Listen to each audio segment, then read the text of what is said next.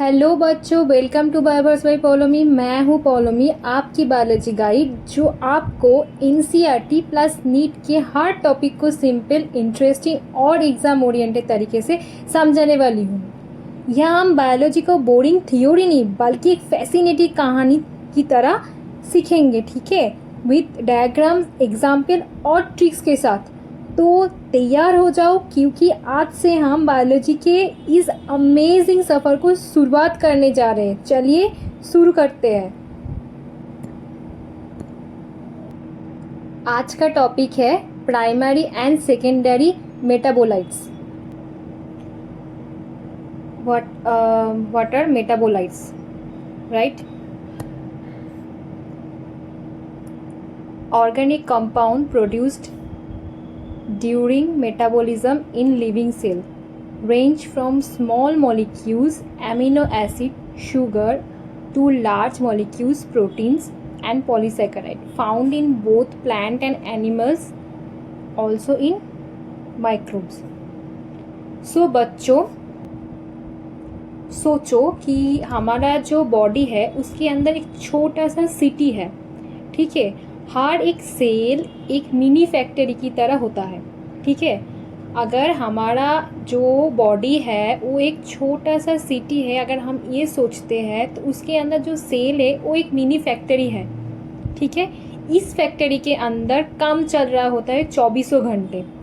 कुछ वर्कर्स नए प्रोडक्ट बना रहे होते हैं, कुछ पुराने प्रोडक्ट को तोड़कर नया प्रोडक्ट बनाता है, कुछ एनर्जी जनरेट कर रहे होते हैं और कुछ वेस्ट जो मटेरियल है उसको निकल रहे होते हैं, ठीक है। ये जो सारा काम है ये एक बड़ा जो प्रोसेस है उसका हिस्सा है, एक बड़ा प्रोसेस का हिस्सा है, जिसको हम क्या कहते हैं, मेटाबॉलिज्म, जिसको हम कहते हैं मेटाबॉलिज्म।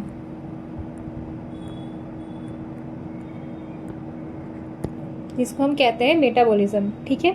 ये जो मेटाबॉलिज्म है इसका मतलब क्या है?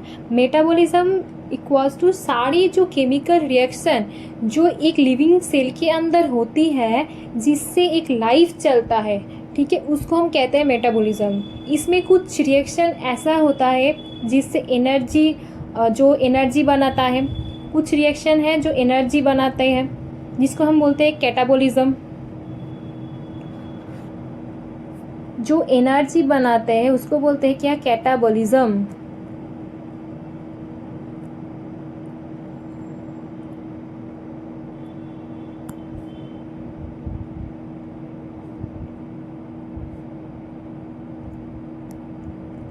टू प्रोड्यूस एनर्जी, कुछ रिएक्शन जो एनर्जी को बनाता है, एनर्जी प्रोड्यूस करते हैं, उसको बोलते हैं कैटाबॉलिज्म।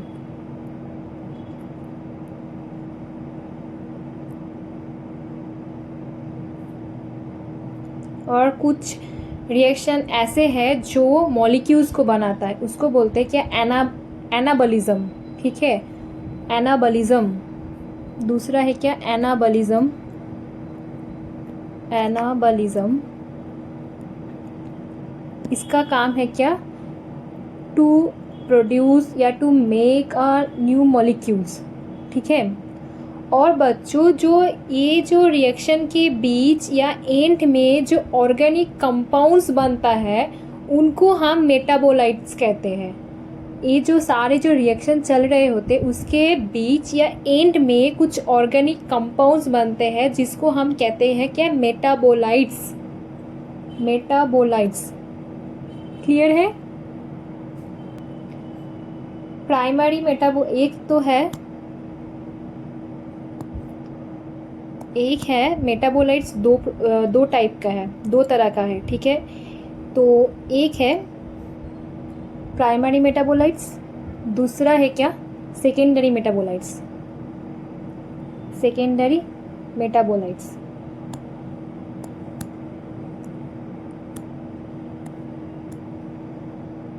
तो सोचो आप एक चीज,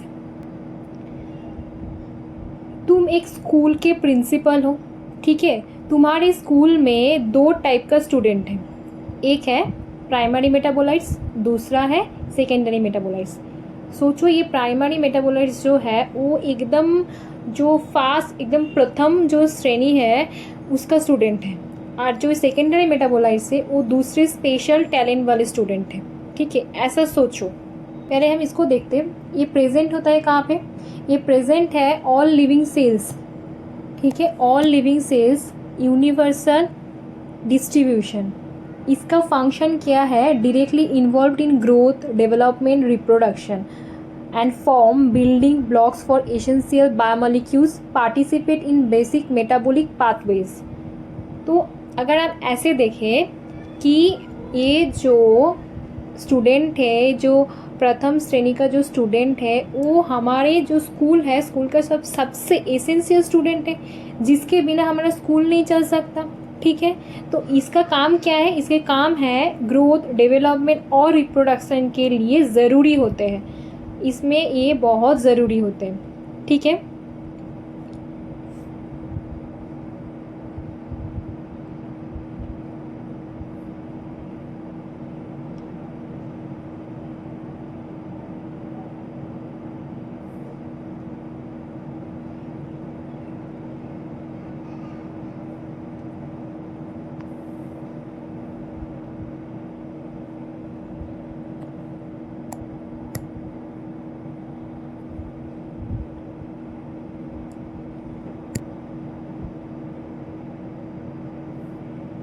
जैसे एग्जाम्पल देखो, अमीनो एसिड, प्रोटीन्स, ये प्रोटीन बनाने के लिए है। शुगर, ग्लूकोज या फिर फ्रुक्टोज जो एनर्जी भाया रेस्पिरेशन, एनर्जी के लिए है। ठीक है, न्यूक्लियोटाइड्स अंदर क्या है? डीएनए, आरएनए, एटीपी, ये सब कुछ है। क्लोरोफिल, साइटोक्रोमोसोम, फोटोसिंथेसिस एंड रेस्पिरेशन इसमें हेल्प करते हैं। ठीक है, जो bond types found in primary metabolites वो है क्या? Peptide bond, amino acid, protein, glycoside bond, monosaccharide, carbohydrate and phosphodiester bond, nucleotides, nucleic acid. ये प्राइमरी मेटाबॉलिज्म बहुत इम्पोर्टेंट है, एक एसेंशियल पार्ट है एक लाइफ के लिए। इनका एब्सेंस मतलब ऑर्गेनिज्म सर्वाइव नहीं करेगा। ठीक है, दूसरा क्या है? Secondary metabolites, distribution restricted to certain organism and group,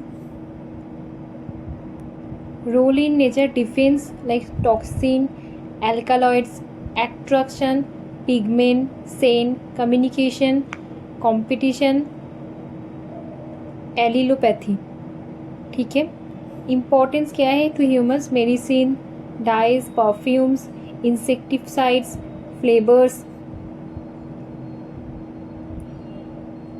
ये जो सेकेंडरी मेटाबोलाइट्स है, इसको हमने क्या कहा था? दूसरे स्पेशल टैलेंट वाले स्टूडेंट। ठीक है, सो ये तुम्हारे स्कूल के वो स्टूडेंट है जो शायद बेसिक स्टडी में डायरेक्टली मदद ना करें। ठीक है, ये वो स्टूडेंट है जो बेसिक स्टडी में डायरेक्टली मदद ना करें, लेकिन स्कूल का नाम रोशन करते हैं और प्रोटेक्शन देते हैं। ठीक है, सो ये डिफेंस, एट्रैक्शन या कम्युनिकेशन के लिए इम्पॉर्टेंट होते हैं।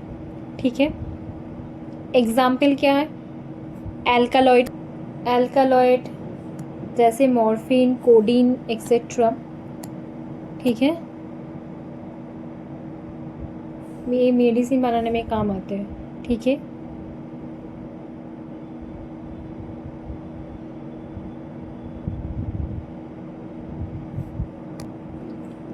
ये जो है ये काम आते हैं, फ्रैग्रेंस या प्लांट को डिफेंस करते हैं। ठीक है, पिगमेंट जो कैरोटीनॉइड्स एंड एंथोसायनिन्स एक्सेट्रा, ये जो कैरोटीनॉइड्स है ये फोटोसिंथेसिस में लाइट को एब्जॉर्ब करते हैं। ठीक है,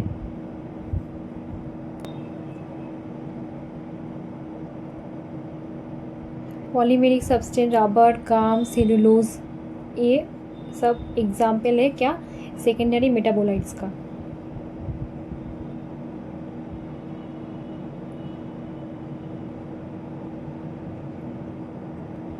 जो मेटाबोलाइट्स है वो छोटे मॉलिक्यूल्स भी होते हैं जैसे एमिनो एसिड, शुगर और बड़े मॉलिक्यूल्स भी होते हैं जैसे कि proteins, polysaccharide.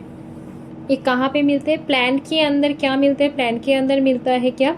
एल्कालॉइड्स, essential oil, tannin, ये सब कुछ मिलता है क्या? प्लांट के अंदर। और जो एनिमल है, एनिमल के अंदर कहाँ मिलता है क्या? Hormones, enzyme, proteins. माइक्रोब्स के अंदर क्या मिलता है? माइक्रोब्स के अंदर मिलता है एंटीबायोटिक्स, पिगमेंट्स, ये सब कुछ। तो प्राइमरी मेटाबोलाइट्स जो है वो हर लिविंग ऑर्गेनिज्म में मिलते हैं, ये यूनिवर्सल है। और जो सेकेंडरी मेटाबोलाइट्स है वो कुछ स्पेसिफिक ऑर्गेनिज्म है जिसमें मिलते हैं, जैसे प्लांट में एल्कालॉइड्स, फंगी में एंटीबायोटिक्स, ये सब कुछ। ठीक है। मेटाबोलोमिक्स एक मॉडर्न साइंस है जो सेल के सारे मेटाबोलाइट्स को स्टडी करते हैं। ठीक है। मेटाबोलोमिक्स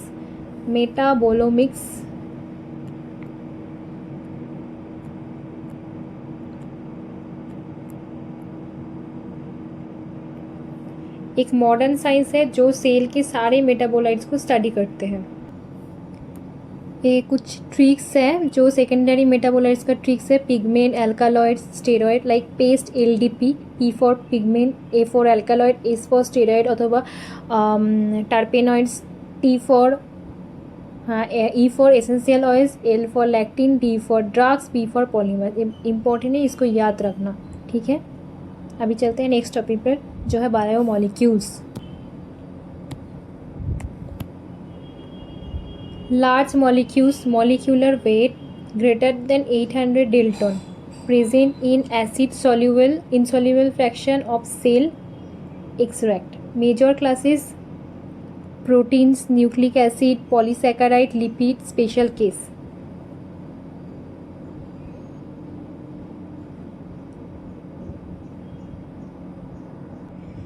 जो बायोमोलिक्यूल्स है ये क्लासिफिकेशन पारक्लोरिक एसिड के साथ सेल फ्रैक्शनेशन एक्सपेरिमेंट से मिला है। ठीक है। इसको हम दो भागों से डिवाइड करते। एक है acid soluble fraction,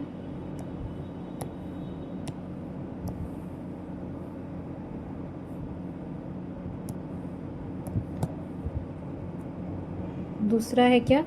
acid insoluble fraction. The part of the cell extract that dissolves in perchloric acid, which is HClO4 during the extraction.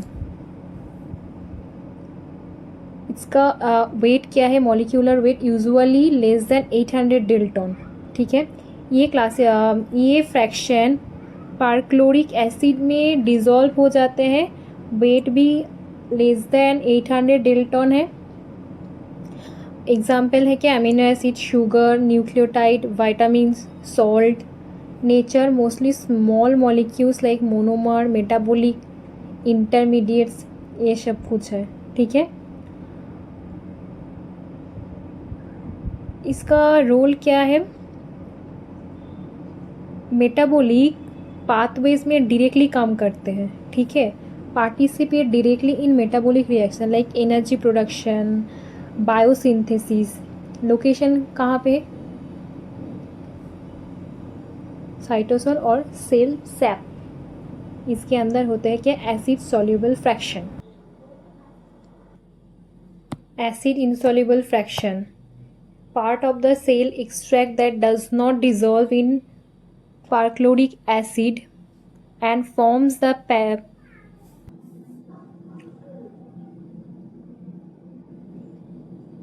ये फ्रैक्शन परक्लोरिक एसिड में डिजॉल्व नहीं होता है। ठीक है। इसका जो वेट है वो 800 Dalton से ज़्यादा है। Macromolecules, nature mostly polymer except lipid which are small but membrane bound. ठीक है।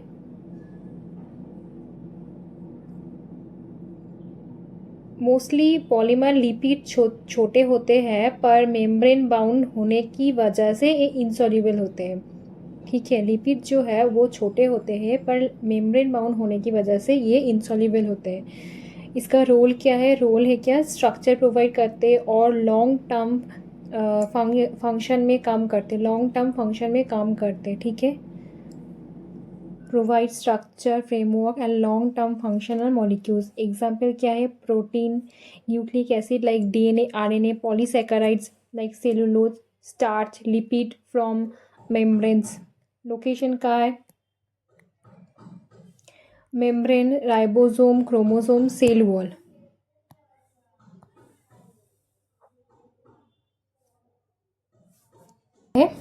Why 800 Dalton cut off? Why 800 Dalton cut off? ये बहुत इम्पोर्टेंट है नीट के पॉइंट ऑफ व्यू से, ठीक है। Molecules greater than 800 DA, Dalton को हम शॉर्ट में DA भी कहते हैं, are too big to freely diffuse in aqueous medium, remain insoluble fraction. तो बच्चों सोचो, एक छोटा सा स्विमिंग पूल है, ठीक है। इस पूल में सिर्फ छोटे छोटे स्विमर आ सकते हैं जो इजीली वाटर में मूव कर सकते हैं, ठीक है। अगर कोई बड़ा जाइंट आ जाए तो वो पूल के पास जाएगा, ठीक है, मूव नहीं कर पाएगा, ठीक है। सोचो, एक स्विमिंग पूल है जिसके अंदर सिर्फ छोटे छोटे स्विमर आ सकते हैं जो फ्रीली वाटर में मूव कर सकते। अगर कोई बड़ा जाइंट आ जाए वो पूल के पास जाएगा लेकिन वो मूव नहीं कर पाएगा, ठीक है। तो सेल के अंदर भी ऐसा ही एक रूल है। इस रूल को हम कहते हैं 800 Dalton कट ऑफ, ठीक है। यानी जो मॉलिक्यूल्स के साइज 800 Dalton मतलब DA से छोटा होता है वो इजीली जो एक्वस मीडियम है, वाटर बेस्ड एनवायरनमेंट में फ्रीली डिफ्यूज कर सकते हैं, हर जगह ट्रैवल भी कर सकते हैं। लेकिन अगर कोई मॉलिक्यूल्स 800 Dalton से बड़ा है, जैसे एक जाइंट स्विमर, ठीक है, तो वो पानी में इजीली नहीं घूम सकता है, तो वो जो इनसॉल्युबल फ्रैक्शन में रह जाते हैं यानी इजीली डिसॉल्व नहीं होता है, उसको मूव करने के लिए स्पेशल हेल्प चाहिए होती है, जैसे कैरियर्स या वेसिकल्स, ठीक है। तो जो स्मॉल मेटाबोलाइट्स है जो 800 DA से कम है, ठीक है, वो फ्रीली सॉल्यूबल है and diffuse in cytoplasm.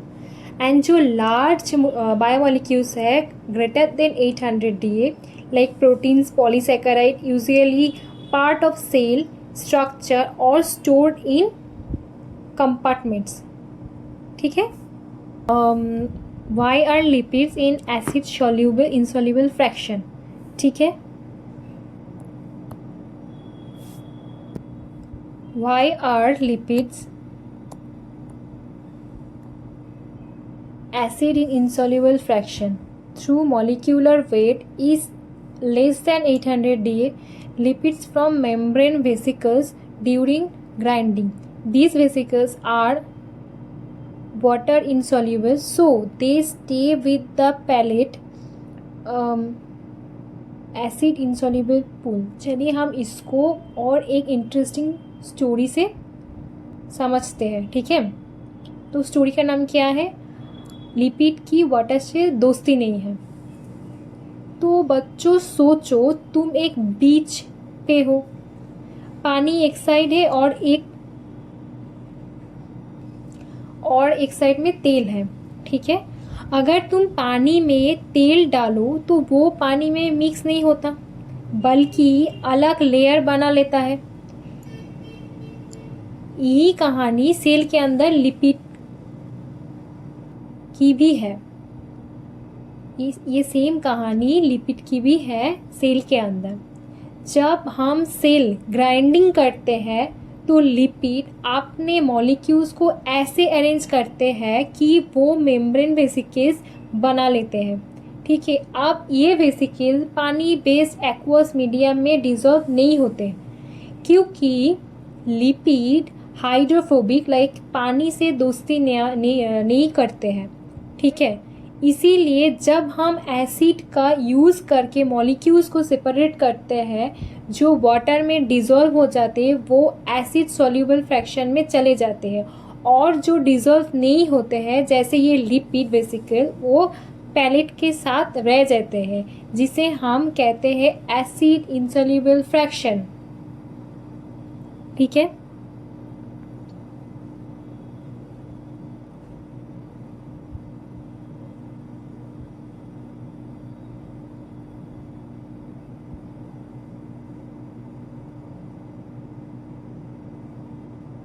Cell, fractionation cell like cell से ग्राइंड करना, देन सेंट्रीफ्यूज करना, then acid treatment, then separation.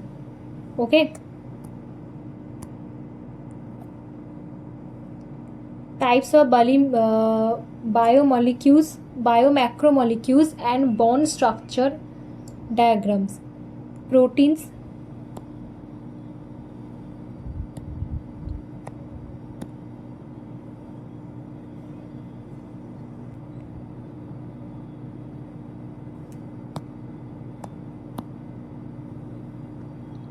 monomers, amino acid bond, peptide bond, CONH formation between COOH of one amino acid and NH2 of another releasing the water.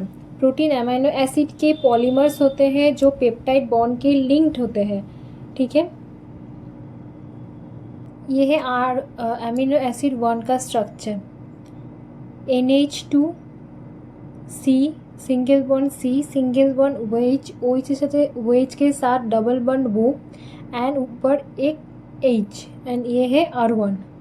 ठीक है, same as amino acid अगर 2 देखें same चीज़ है, सिर्फ इधर R1 की जगह पे है R2. ठीक है,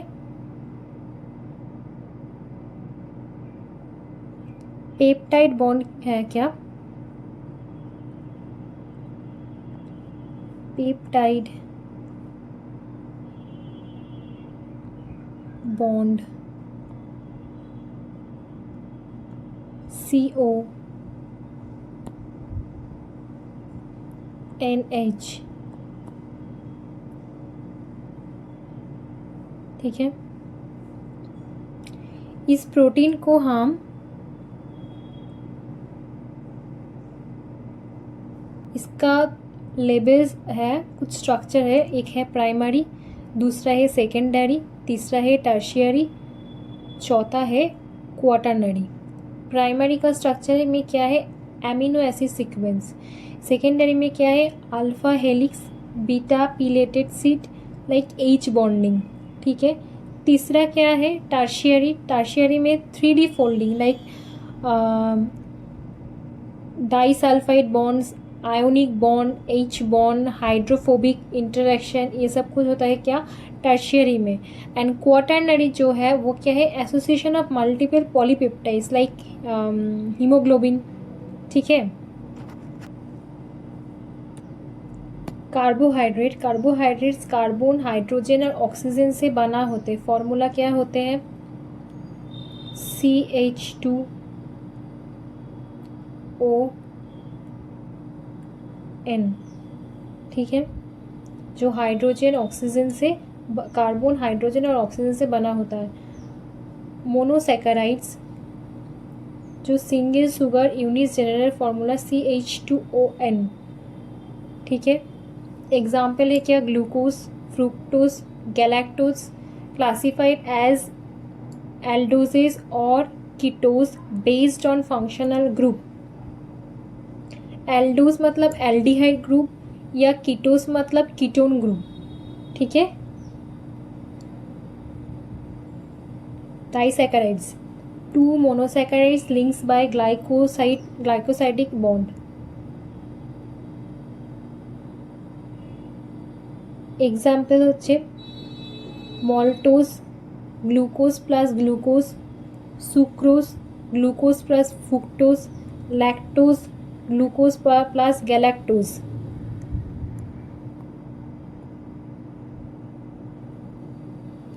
polysaccharides polymers of monosaccharides joined by glycosidic bond.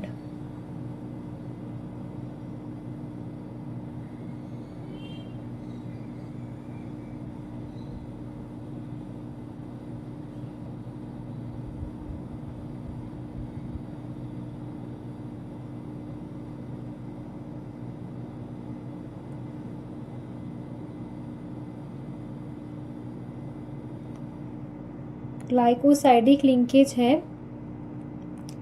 Alpha 1 4 glycosidic linkage, glycosidic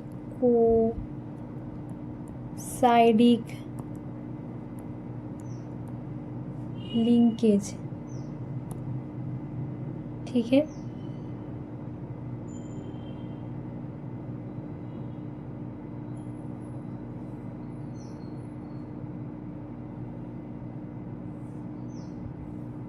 Homopolysaccharide, one of type of monosaccharide starch, alpha D glucose polymer amylose, unbranched alpha A24 amylopectin, branched alpha A24 with alpha A26 branches।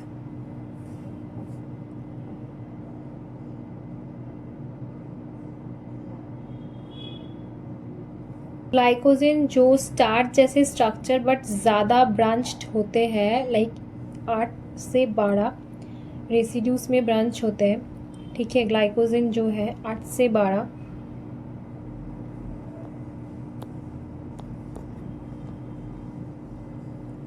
Cellulose, beta two D glucose polymer, beta जिसका है 1 to 4 linkages and structural.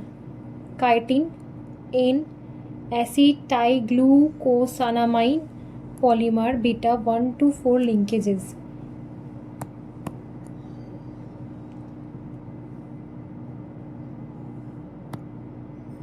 हेटेरोपॉलीसैकेराइड, more than one type of monosaccharide.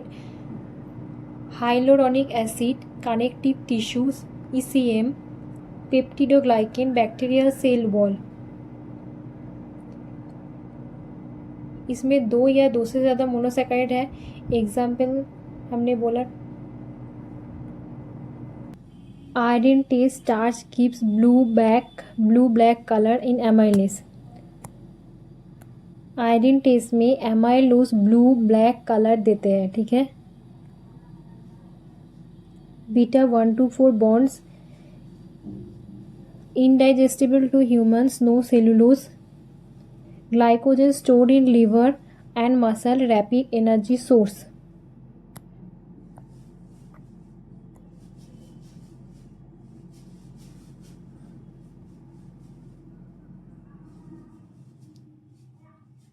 Nucleic acid जो है, जो RNA और DNA nucleotides के polymer होते हैं। Nucleotide क्या है? Nitrogenous base plus pentose sugar plus phosphate group, ठीक है। न्यूक्लियोटाइड क्या है? Nitrogenous base plus pentose group plus phosphate group. Bonds क्या है? Phosphodiester bond, 3 OH of 1 sugar, 5 phosphate of next nucleotide। Hydrogen bond में क्या है? A equal to A means adenine equal to thymine, उसके साथ 2 बॉन्ड, गुआनिन के साथ cytosine, उसके साथ 3 बॉन्ड्स।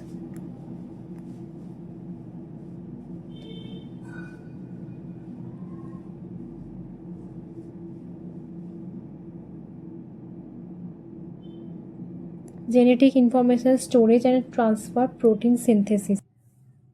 लिपिड जो हाइड्रोफोबिक होते हैं, ठीक है, जो पानी में सॉल्यूबल नहीं है।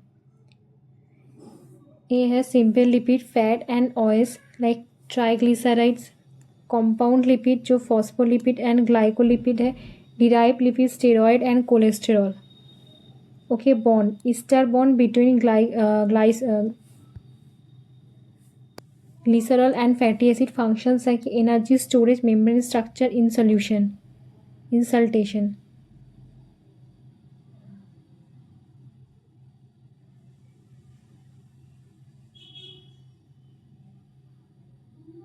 Glycerol OH and fatty acid COOH।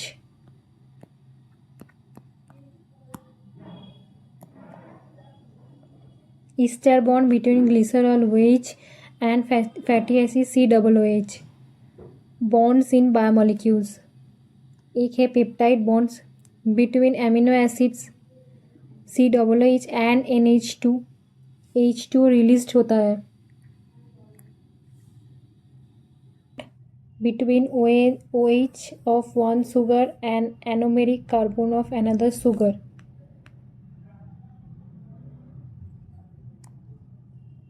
Phosphodiester bond between 3 OH of one nucleotide sugar and 5 phosphate of next. Ester bond between OH of glycerol and COOH of fatty acid.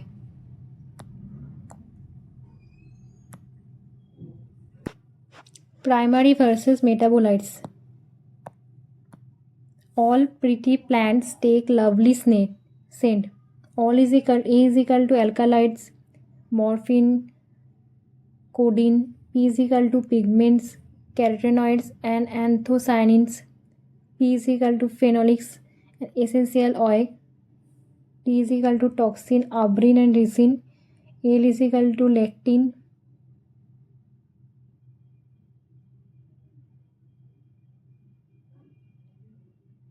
AS is equal to steroid or drugs. Second है क्या, acid soluble versus insoluble. Tricks a small nutritious sweet vitamin, small molecules in acid soluble fraction. A equals to amino acid, small मतलब is sugar, N is equal to nucleotide, A is equal to salt, V is equal to vitamins. ये कुछ tricks है जो आपको help करेगा इसको याद रखने में, ठीक है, इसको आप देख लेना.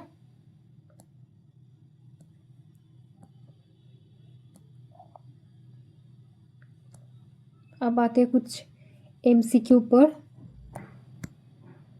Which bond is responsible for primary structure? It's hydrogen bond, peptide bond, disulfide bond, ionic bond. Answer is peptide bond. Because the primary structure is the linear amino acid sequence linked by the peptide bonds.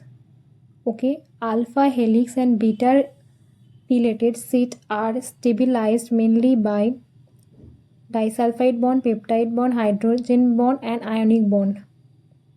It is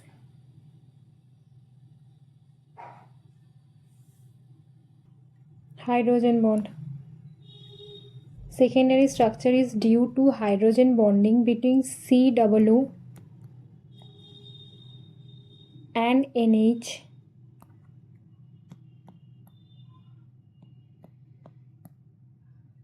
Groups of the peptide backbone. Disulfide bond is proteins are formed between two cysteine residue to serine residue to methionine residue to glycine residue. Answer is 2 cysteine residue.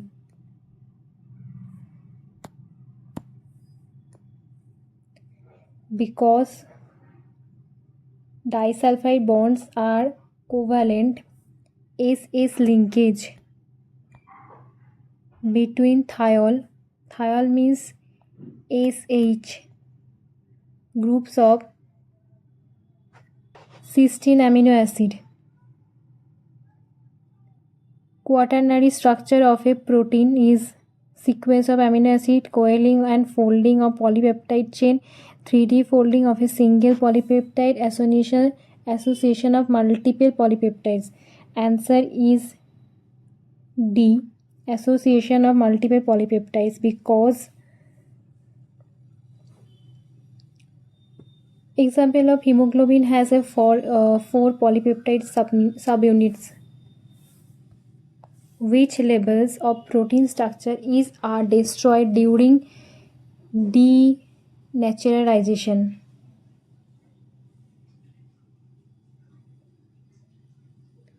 Answer is C, secondary, tertiary and quaternary.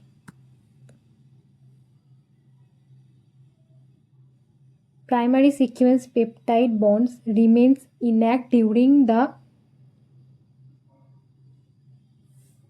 Denaturation.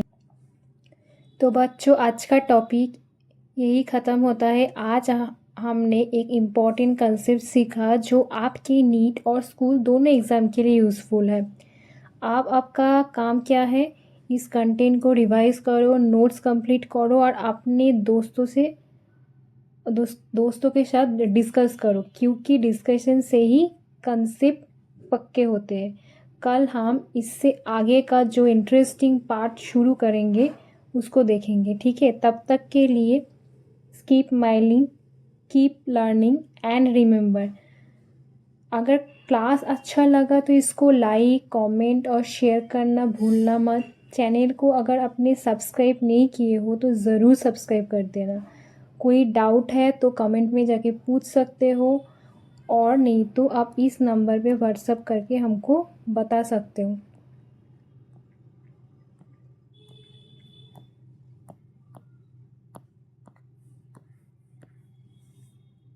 आपको आगे कैसा content चाहिए, क्या चाहिए, कोई doubt है तो सब कुछ आप हमसे पूछ सकते हो, ठीक है।